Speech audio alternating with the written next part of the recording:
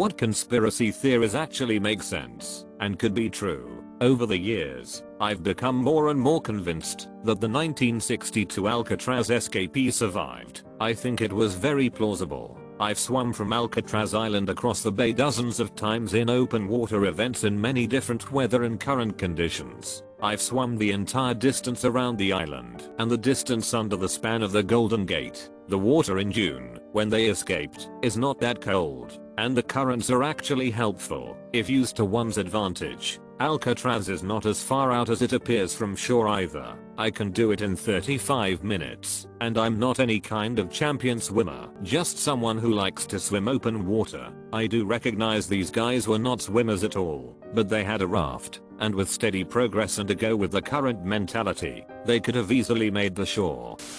A lot of the more stupid conspiracy theories were made up. In order to make conspiracy theories in general be expected to not have any logic, this way, a true one might be ignored. The 10-year challenge on Facebook in 2018, which encouraged FB users to upload pictures from 2008 and a current one from 2018, was actually a front by programmers to gain data and examples to train facial recognition and age progression software. I know I'm going to get hella down thumbs for this, but all the masking over the last 2 years has drastically increased their ability to detect who you are with your face covered. All the Olympic athletes' faces were fully covered when they went through check-in using self-check-in cameras, and it knew exactly who each person was. I'll give you one that definitely is real. The US government, with the assistance of several other countries around the world, secretly stole body parts from infants from university samples, stillbirths, and some on-the-record allusions to bodies pulled from indigent burials, so they could test the bones for radiation, to determine the effects of nuclear bomb detonation, to determine the impact, and if there was any safe amount of nuclear explosion. It's called Project Sunshine. A huge part of, if not the primary function of, the sales that take place in the fine arts scene occur as a way for various entities to launder dirty money. The FBI assassinated Martin Luther King. They have been being sued, and freedom of information requests have been filed by his family. The FBI has responded that any records pertaining to MLK death they have would be a threat to national security if released. The FBI has already been forced to release documents pertaining to attempts on Martin Luther King life and attempts to plant evidence that could be used to send him to jail, as well as extensive blackmail attempt. They try to kill him before. It makes sense that if they did, they would fight tooth and nail to keep it secret. That there actually might not be any gold in Fort Knox. There's a lot of stuff that doesn't add up about it, and I've been there in my time in the army, and it was boringish with a pretty relaxed security as compared to other installations I've been on. When this conspiracy was hitting its peak in 2017, Treasury Secretary Stephen Mnuchin took a $27K military aircraft trip there. There are pictures of him in a weird chalkboard-lined room with several stacks of what appear to be gold bars behind him. But oddly enough, these pictures are in a grainy black and white, so you can't actually confirm what he's holding. Before this trip, the last known outside audit of Fort Knox was in 1953. It's the only conspiracy I can get behind.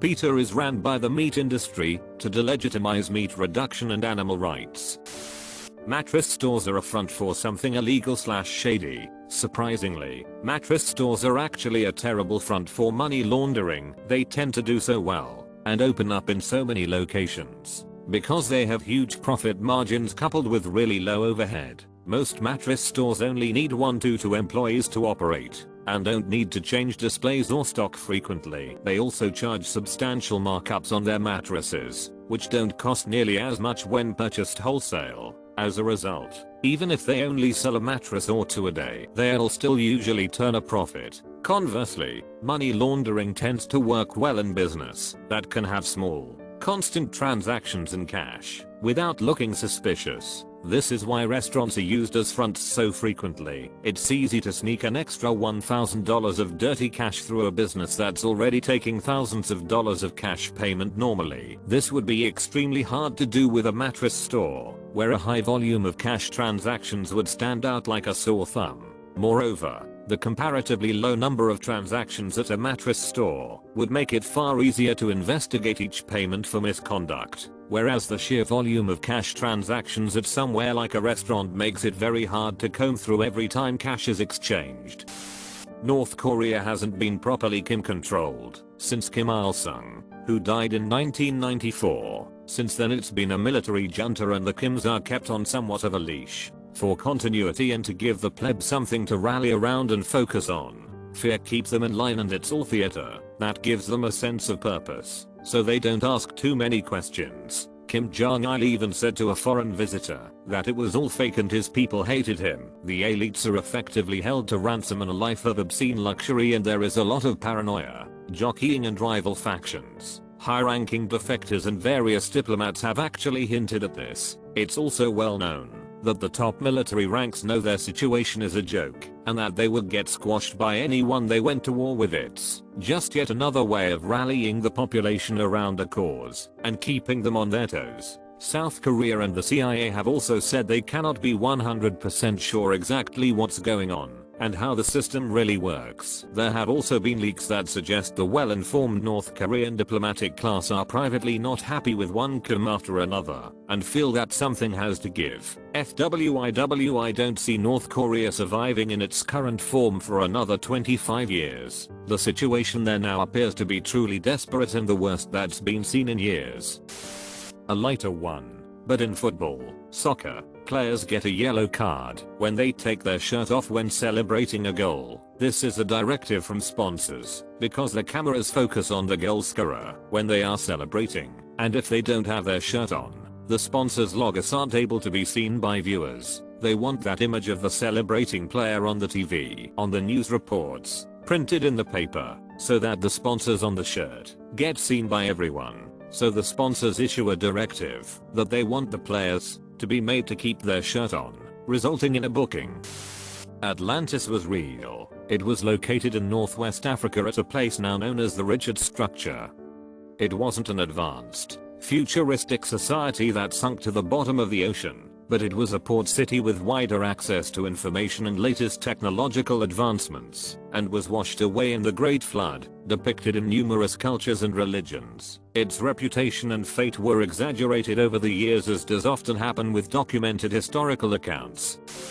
The Titanic never sank. The Olympic, sister ship, hit a Navy carrier and was found at fault, causing the White Star Line thousands in damages. This was proven by records. The theory is the Olympic was taken back to the shipyard, cosmetically repaired and the nameplates were switched. Then she sailed under the name Titanic and was sunk on purpose for the insurance money. There was never supposed to be a loss of life, as there were 3 rescue vessels around the area she had sank. Proven fact, though all 3 underwent a problem that contributed to them not reaching or communicating with the Titanic in time that fateful night, and 2 of the ships got cited for being in a place they shouldn't have been by maritime officials. Their logs showed they weren't supposed to be there, yet they were recorded as sitting stagnant at those coordinates for days, proven by citation records. In addition, the direction was wrong. The Titanic sailed further north of the shipping lanes than she was supposed to. This would also explain why the temp went from 70s mid-afternoon to icy by nightfall. The temp dropping is another proven fact according to witness statements. The Titanic also underwent a series of misfortune during its voyage. Binoculars lost, wrong coordinates, using SOS instead of CQD, exceeding recommended specs, all of which contributed to its sinking, and the tragic loss of life. There's a few documentaries and a few books written about it. Interesting concept, and by now, completely unable to prove or disprove. My favorite JFK theory, the hat making industry of Danbury, Connecticut was behind it. He wasn't the first president to not wear a hat, but as we all know, he and his wife were very much in the public eye and fashionable. People saw him not wearing a hat and the trend took off and hurt the hat industry, which was a big industry in Danbury. I actually wrote an article on this, and there's more to it. Hat wearing was at its peak from the late 19th century until the end of the 1920s, when the practice began to decline. Nobody, however, has pinpointed one sole reason why this happened, but there are several key things that are strongly believed to have contributed. The most popular attributed cause is the rise of closed cars and other transportation. As covered cars became more popular, the necessity for a hat diminished, with low roofs meaning you couldn't wear a hat while driving, and generally had no need to cover your head anyway. Personal transport often negated the need for headwear. Looking at US figures, in 1920 less than 1% of the population owned a car.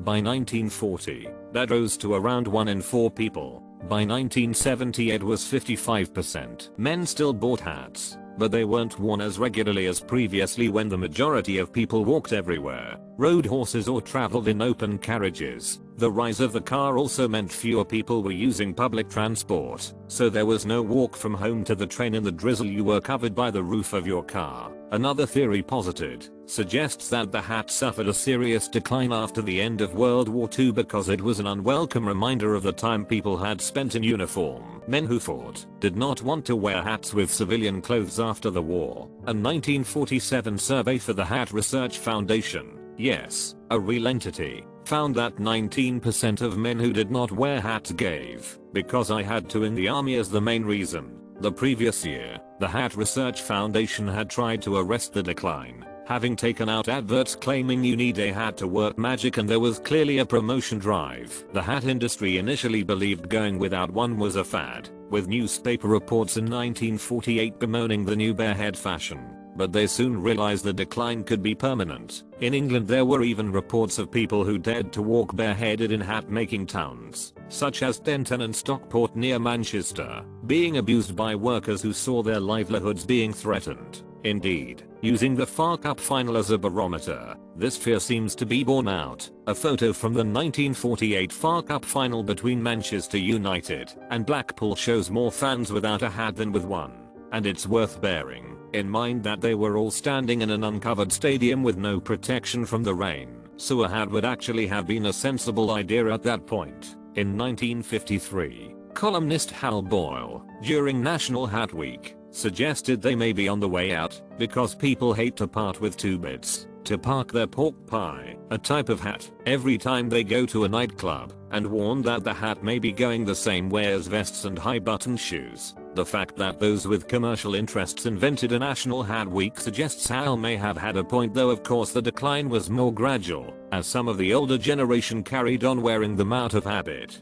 The general belief is that when a formerly functional item of clothing becomes purely decorative, it usually doesn't last more than a generation or 2, but that wouldn't explain why the tie remains a requirement for many offices. Perhaps its demise is yet to come. Hats are still around of course, and one style is currently popular. Right now baseball caps are on trend and sales are soaring, with Top Man reporting a 26% year-on-year increase in sales, and online retailer ASOS saying sales have more than doubled. Meanwhile, anyone wearing a top hat looks like an idiot. The last time a great man wore a top hat was John F. Kennedy before his inauguration.